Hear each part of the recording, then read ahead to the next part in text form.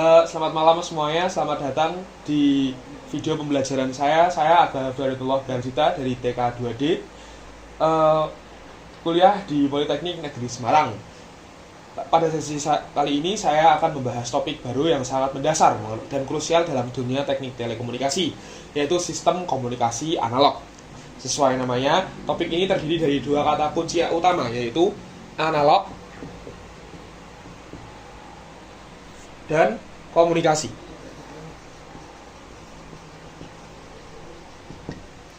Nah, mari kita bedah satu persatu. Jadi, analog yang pertama itu merujuk pada suatu sinyal atau kuantitas yang sifatnya berkelanjutan atau continuous. Nah, analog itu sinyal yang continuous. Jadi, analog ini memiliki nilai yang pasti di setiap momen atau instan waktu, tidak terputus-putus. Sementara itu, komunikasi pada dasarnya adalah aktivitas berbagi informasi atau bertukar pesan antara satu pihak dengan pihak-pihak lainnya. Jadi ketika kita menggabungkannya, komunikasi analog adalah metode sistem untuk membagikan dan mengirimkan informasi menggunakan media sinyal yang bersifat kontinu. Kemudian ada konsep komunikasi efektif. Di konsep, sebelum kita melangkah ke lebih jauh ke aspek teknis, ada satu konsep menarik yang perlu kita pahami.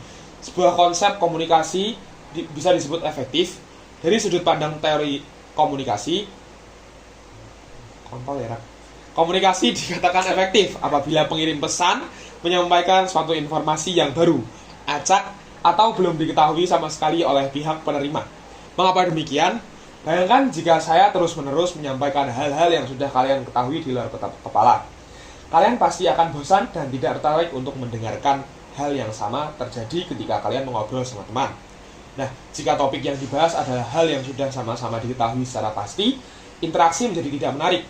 Oleh karena itu, efektivitas sebuah komunikasi diukur dari seberapa banyak informasi baru atau unsur ketidakpastian entropi yang berhasil dihilangkan setelah pesan tersebut diterima. Kemudian ada sejarah perkembangan komunikasi. Perjalanan jadi 100 tahun dari 1837 hingga 1937. Jadi untuk memahami teknologi canggih hari ini, kita tuh harus tahu sejarahnya bagaimana dulu. Yang pertama ada di 1837. Di tahun ini penemunya bernama Samuel Morse.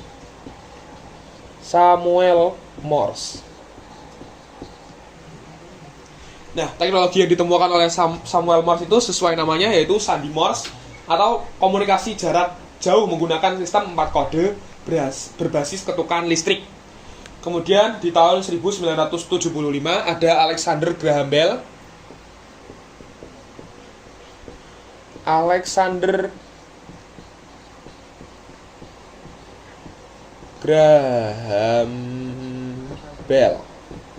Seperti yang kita ketahui bersama, Alexander Graham Bell ini adalah penemu komunikasi secara langsung menggunakan kabel.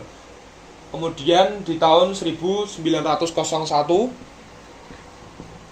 ada Guglielmo Marconi. Beliau adalah penemu radio yang biasa dikenal berhasil mentransmisikan sinyal radio nirkabel melintasi samudra sejauh 1700 mil, pecahnya era wireless global. Kemudian pada tahun 1933 ada Edwin Armstrong. Beliau adalah penemu modulasi frekuensi FM. Beliau menemukan skema modulasi dan demodulasi FM yang jauh lebih tahan terhadap gangguan cuaca atau noise dibanding AM. Kemudian di tahun 1937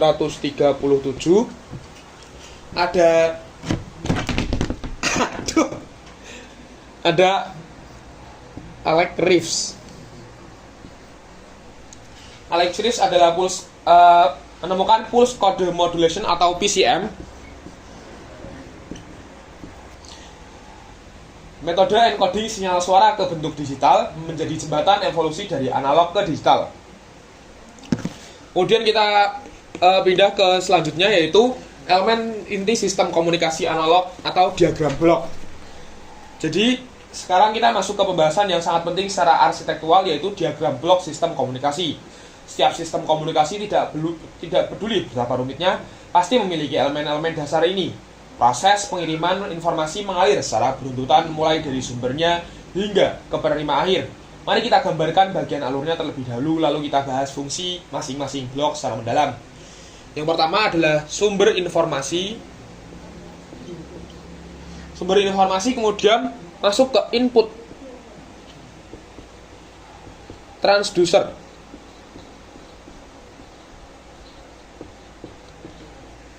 Dari input transducer tersebut kemudian masuk ke transmitter.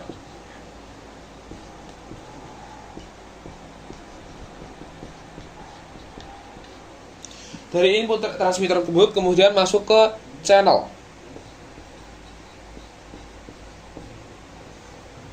Kemudian dari channel masuk ke receiver.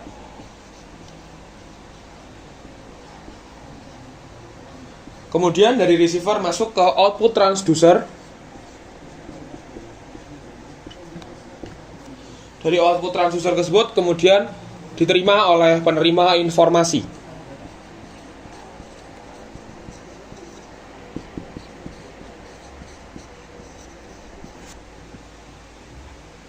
Nah, jadi yang pertama adalah sumber informasi atau information source. Blok pertama ini adalah sumber informasi. Ini adalah tempat di mana pesan asli diproduksi. Bentuknya bisa bermacam-macam, mulai dari gambar, video, suara manusia, musik, hingga data komputer. Pesan ini direpresentasikan sebagai sinyal, yaitu fungsi bernilai tunggal terhadap waktu.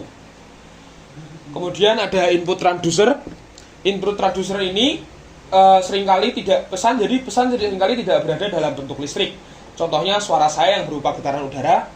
Disinilah peran input transducer seperti mikrofon pada ponsel. Alat ini bertugas mengubah energi fisik non-listrik menjadi sinyal listrik yang ekuivalen agar bisa diproses oleh sirkuit elektronik. Kemudian ada transmitter atau pemancar. Sinyal listrik dari transducer biasanya masih sangat lemah dan tidak memiliki energi yang cukup untuk menempuh jarak jauh. Di dalam transmitter, sinyal akan diproses melalui amplifikasi atau penguatan dan modulasi. Modulasi adalah proses menumpangkan sinyal informasi yang lemah ke atas gelombang pembawa yang berfrekuensi tinggi. Analoginya kayak kita kalau mau pergi ke kota lain pakai pesawat terbang. Nah, pesawat terbang itulah yang dinamakan gelombang carrier atau carrier wave. Kemudian ada saluran atau channel. Saluran atau channel ini adalah media fisik yang menjembatani hubungan antara transmitter dan receiver. Saluran ini terbagi menjadi dua, yaitu wireline, dan wireless. Wireline itu menggunakan kabel, dan wireless itu tanpa kabel. Nah, yang harus diingat dari saluran channel ini, di dalam channel inilah sebagian besar noise, atenuasi, dan distorsi terjadi secara alami. Kemudian kita masuk ke receiver.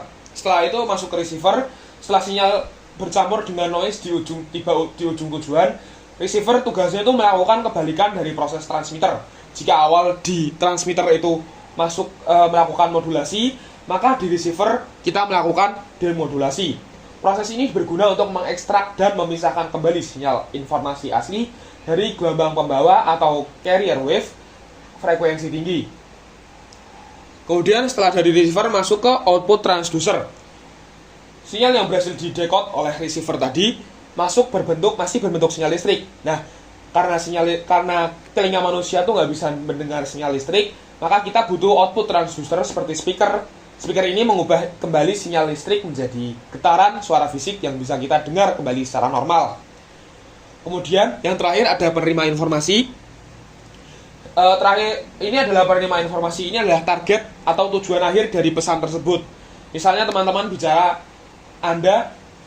Anda bicara di ujung telepon, atau kalian semua yang sedang menyimak video ini. Nah, kemudian kita move ke konsep bandwidth dan domain frekuensi. Nah, parameter terakhir yang wajib dipahami dalam sistem komunikasi analog adalah bandwidth atau lebar pita. Secara teknis, bandwidth didefinisikan sebagai rentang spektrum elektromagnetik yang ditempati oleh suatu sinyal. Bandwidth. Nah, untuk biar tahu spektrum ini, kita nggak bisa pakai representasi domain waktu yang biasa kita lihat, kita harus mengonversi sinyal tersebut dari domain waktu ke domain frekuensi. Alat matematika yang kita gunakan untuk menggunakan transformasi domain ini adalah transformasi Fourier.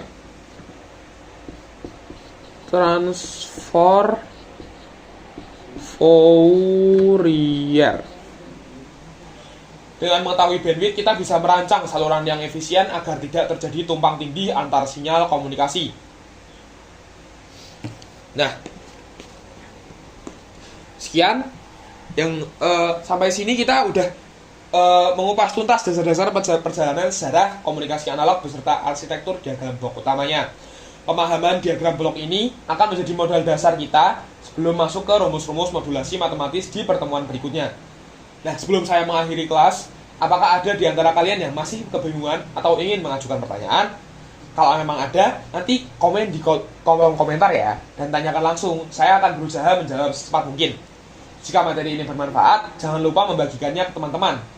Subscribe channel ini dan tekan tombol like. Ding ding ding. Terima kasih atas perhatiannya. Sampai jumpa.